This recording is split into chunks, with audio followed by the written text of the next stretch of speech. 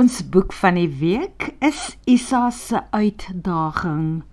Volboek, audioboek. Ek wil net noem, die buffelbil van Inyatikulu is nog steeds aan die gang, maar ons wintermark by Moreletta verg verskriklik baie tyd. Pottery en keramiek is mos eintlik ons brood en botter. Skryf my groot liefhebberry en hierdie YouTube kanaal my grootste passie.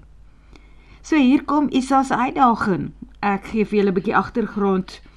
Isa se uitdaging is veronderstel om prettig, humoristies en vreeslik romanties te wees.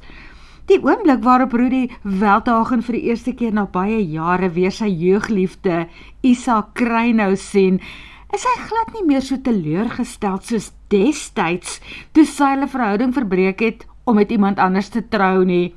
Sy het heel wat gewig opgetel. En is dit nie maar ons almal se probleem nie, daai middeljare wat ons so vang.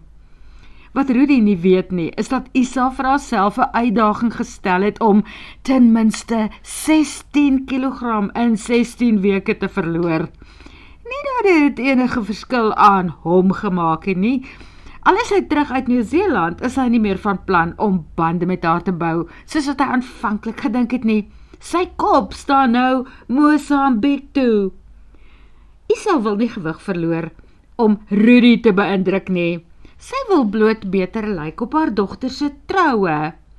Maar die oomblik waarop sy Rudy Veldhagen weer sien, wens sy dat sy al 6 maande gelede haar eetgewoontes verander het.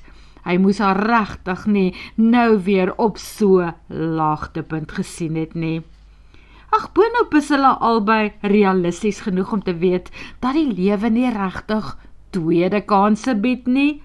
Daarom is geen een van hulle voorbereid op 'n hernieude aanslag van Cupido se pile nie. So daar's die boek, lekker luister en ek werk aan Inyatikulu binnekort weer voor die einde van die week.